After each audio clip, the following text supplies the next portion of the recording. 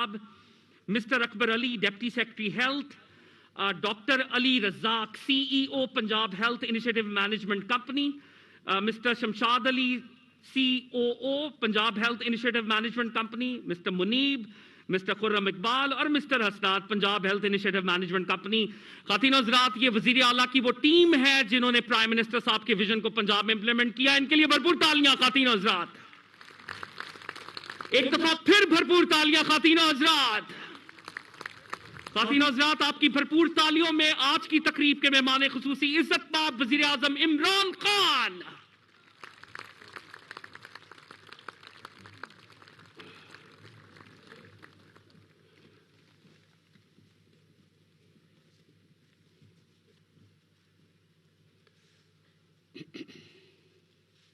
بسم اللہ الرحمن الرحیم. ایاک نعبد و ایاک نستعین.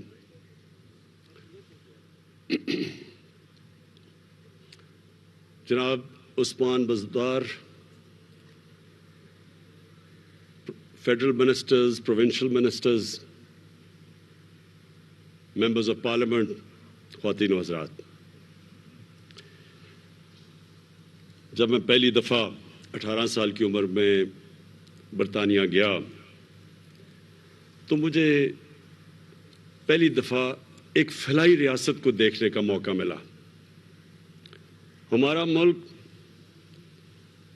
بنا تھا ایک عظیم خواب جس کا نام پاکستان تھا، اور جس کی آبجیکٹو ریزولوشن میں یہ لکھا ہوا تھا کہ پاکستان نے ایک اسلامی فلاحی ریاست بننا تھا. تو یہاں تو نہیں نظر آئی فلاحی ریاست، لیکن جب میں برطانیہ گیا تو پہلی دفعہ میں نے ایک فلاحی ریاست دیکھی. اور مجھے خود بھی کئی دفعہ 2-3 دفعہ ہاسپٹل جانا پڑا، ایمرجنسی میں کوئی چوٹیں لگیں. تو میں نے دیکھا کہ انسانیت کیا ہوتی ہے. کوئی بھی انسان جاتا تھا، میں تو باہر کا ملک کا تھا، لیکن اس کو اس کی حیثیت کے مطابق اس کا علاج ہوتا تھا. اگر اس کے پاس پیسے نہیں تو مفت علاج ہوتا تھا وہ گورنمنٹ ہاسپٹلز میں.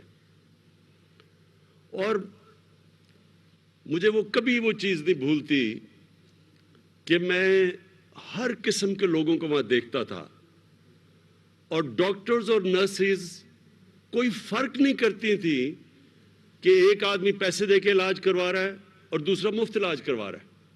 کوئی فرق نہیں تھا انسانوں میں. میری جب والدہ بیمار ہوئی تو میں ان کو برطانیہ لے کے گیا، تو ان کا جو ڈاکٹر تھا اس نے نیشنل ہیلتھ کے ہاسپٹل میں ان کا علاج کر رہا تھا، اور ان کے جو نیشنل ہیلتھ کے ہاسپٹلز تھے ان میں مفت علاج ہوتا تھا. مفت جو کہ لوگ پیسے نہیں دے سکتے تھے. تو میں اپنی والدہ کے لیے پیسے دے کے علاج کروا رہا تھا، اور ان کے ساتھ والے بستر پہ ایک عورت تھی جس کا مفت علاج ہو رہا تھا. تو میں مسلسل دیکھا کہ ڈاکٹرز اور نرسز کوئی فرق نہیں کرتی تھی ان کے بیچ میں. تو یہ یاد رکھیں، میں اپنی قوم کو بار بار ایک چیز سمجھاتا ہوں کہ ہمارے نبی کو رحمت للعالمین کہتے تھے. اللہ نے قرآن میں ان کو رحمت للعالمین بنایا تھا. سب انسانوں کے لیے رحمت بن کے آئے تھے. اس کو اگر ایک قدم آگے لے جائیں تو جو بھی ان کی سنت پہ اور ان کے راستے پہ چلے گا، اللہ کی رحمت ان لوگوں کے اوپر آئے گی. تو میں نے تو اپنی آنکھوں سے دیکھا کہ وہ ملک جو ہمارے دین والے تو لوگ نہیں وہاں، لیکن میں نے اللہ کی برکت دیکھی ادھر. وہاں اس طرح کے حالات نہیں جو ہمارے ملک میں، کیونکہ وہ مدینہ کے ریاست کے زیادہ قریب ہے ہمارے سے. اسکینڈینیویا چلے جائیں، وہاں اور زیادہ قریب ہیں. برطانیہ سے بھی بہتر فلاحی ریاست ہے. لیکن آپ اپنی 50 سے اوپر مسلمان ملک ہیں، اور مجھے زیادہ تر موقع ملا ان مسلمان ممالک میں جانے کا، اور مجھے افسوس سے کہنا پڑتا ہے کہ شاید ہی وہاں کوئی فلاحی ریاست میں نے دیکھی ہے. تو مجھے اس کے ایک محمد عبدو بہت بڑا مسلمانوں کا عظیم اسکالر تھا، عالم تھا. تو وہ آج سے کوئی 150-125 سال پہلے جب یورپ گیا تو اس نے مصر واپس آ کے کہا کہ یورپ میں مجھے مسلمان تو نہیں نظر آئے لیکن بڑا اسلام نظر آیا، اور مصر میں مسلمان تو بڑے ہیں لیکن اسلام بہت کم ہے۔ تو میں ہمیشہ سوچتا تھا کہ ہم کیسے، پاکستان میں اتنی بڑی ہماری آبادی ہے، ہم کدھر سے پیسہ لے کے آئیں گے اس ملک کو ایک فلاحی ریاست بنانے کے لیے، اور خاص طور پہ جو سب سے زیادہ پیسہ خرچ ہوتا ہے وہ تعلیم، وہ ہیلتھ پہ ہوتا ہے۔ اس سے تعلیم اور ہیلتھ پہ تقریباً ایک ہی برابر، لیکن ہیلتھ میں اور بھی زیادہ پیسہ خرچ ہو جائے، یعنی گورنمنٹ کے ہاسپٹل بناؤ، وہاں مفت علاج کرو اور ساری آبادی کو کور کرو۔ تو میں سوچتا تھا کدھر سے پیسہ آئے گا، کیونکہ برطانیہ کا تو جو ہیلتھ بجٹ ہے، صرف ہیلتھ کے اوپر جو سالانہ بجٹ ہے وہ پاکستان کے 22 کروڑ کے بجٹ سے کئی گنا زیادہ ہے۔ تو میں سوچتا تھا کدھر سے پیسہ آئے گا۔ تو جب ہماری حکومت پختونخوا میں آئی، ہم نے یہ ایکسپیریمنٹ کیا، اور میں پختونخوا کی حکومت کو خاص یہ خراج تحسین پیش کرتا ہوں کہ انہوں نے پہلی دفعہ ہیلتھ کارڈ نکالا، اور بڑا ڈر کے، کیونکہ پتہ نہیں تھا کہ کیا ہوگا، کیونکہ پاکستان میں تو اس طرح کا کوئی سوچا ہی نہیں کسی نے۔ تو ہیلتھ کارڈ تھا صرف غریبوں کے لیے، پختونخوا میں پہلے ہیلتھ انشورنس نکالی انہوں نے۔ تو جب وہ کامیاب ہوئی تو ہم نے پھر یہ بڑا قدم اٹھایا، اور یہ آپ کو میں یقین دلاتا ہوں، آپ دنیا میں کہیں بھی چلے جائیں، آپ کو یونیورسل ہیلتھ کوریج، یہ جو ہیلتھ کارڈ آپ کو دے رہا ہے، یہ امیر ترین ملکوں میں نہیں ملے گی۔ اگر ادھر انہوں نے ہیلتھ انشورنس لینی ہوتی ہے، اس کے پیسے دینے پڑتے ہیں، پریمیم دینا پڑتا ہے۔ یہاں تو ہم اپنے سارے پنجاب کے اور پختونخوا، انشاءاللہ گلگت بلتستان، آزاد کشمیر جدھر ہماری گورنمنٹس ہیں، اور جو کولیشن گورنمنٹ بلوچستان میں بھی ہے، وہاں ہم سارے خاندانوں کو ہیلتھ کوریج دے رہے ہیں۔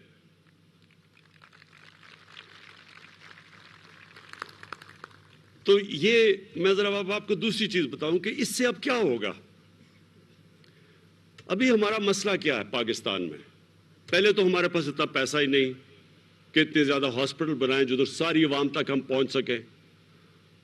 ہماری آبادی اتنی تیزی سے بڑھی ہے کہ وہ جتنی ہماری آبادی ہے اس کے لیے اگر ہم پورے ہاسپٹل بھی بنا دیں، اور پھر جو پیسہ ہاسپٹل کو چلانا، وہ ہم کر ہی نہیں سکتے پورا۔ ہمارے پاس کبھی بھی اتنا پیسہ نہیں آئے گا کہ ہم ہاسپٹل بھی بنائیں، ہم پھر وہاں دوائیں بھی دیں، ڈاکٹرز کی بھی فیس دیں، نرسز بھی دیں، جو پیرامیڈیکل سٹاف ہے اس کے لیے بھی تنخواہیں دیں۔ ہمارے پاس پیسہ اتنا آ ہی نہیں سکتا، اگلے 5 سال میں تو نہیں آ سکتا، اس کے بعد انشاءاللہ آ بھی سکتا ہے، جو پاکستان میں اللہ نے نعمتیں بخشی ہیں۔ تو تب میں نے یہ جو ہیلتھ کارڈ ہے، اب یہ ایک کئی چیزیں اللہ کی طرف سے انسان جب کوشش کر رہا ہوتا ہے تو اس کے اوپر سے مدد آتی ہے۔ تو اس سے اب کیا ہوگا؟ جو مسئلہ سب سے بڑا اس وقت ہمارے اکثریت عوام کو ہے کہ دیہاتوں کے اندر، چھوٹے شہروں میں، وہاں ہمارے جو ڈسٹرکٹ ہاسپٹلز ہیں، میں نے اتنی دفعہ دیکھا ہے وہاں ڈاکٹرز ہی نہیں ہوتے۔ وہ بیچارے وہاں سے دور سے لوگ سارے ڈویژن ہیڈ کوارٹرز کے ہاسپٹل میں آتے ہیں، اور وہاں اتنی زیادہ لوگ آ جاتے ہیں کہ وہاں ایک بستر پہ 3 لوگوں کو سلانا پڑتا ہے۔ بچے آپ دیکھیں، چھوٹے بچوں کو وہاں 3 بچے ایک بستر پہ ہیں، اور کئی دفعہ انفیکشنز ہوئی ہوتی ہے اور وہ ایک ہی بستر پہ، کیونکہ جگہ ہی نہیں ہے ہسپتالوں میں، تو تھوڑے سے ہاسپٹل میں زیادہ تر لوگ پہنچ جاتے ہیں۔ اور جو پیسہ خرچ کر رہی ہے حکومت ڈسٹرکٹ ہاسپٹلز میں، وہ خالی پڑے ہوتے ہیں کیونکہ وہاں ڈاکٹرز ہی نہیں جاتے ہیں۔ تو یہ جو اب ہیلتھ کارڈ ہے، یہ کیا کرے گا؟ اب چھوٹے سے چھوٹے بھی شہر کے اندر پرائیویٹ سیکٹر جائے گا ہاسپٹل بنانے، جو پہلے نہیں جاتا تھا۔ پرائیویٹ سیکٹر صرف بڑے شہروں میں ہاسپٹل بناتے ہیں کیونکہ وہ سمجھتے ہیں چھوٹے شہروں میں پیسے ہی نہیں لوگوں کے پاس۔ اب یہ جو ہیلتھ کارڈ آئے گا، یہ پہلی دفعہ چھوٹے شہروں میں، قصبوں میں، بلکہ گاؤں میں بھی پرائیویٹ سیکٹر جائے گا ہاسپٹل بنانے، کیونکہ اب لوگوں کے پاس پیسے ہوں گے اپنا علاج کروانے کے لیے ہیلتھ کارڈ کے ذریعے۔ تو انشاءاللہ یہ ایک سارے پاکستان میں خود ہی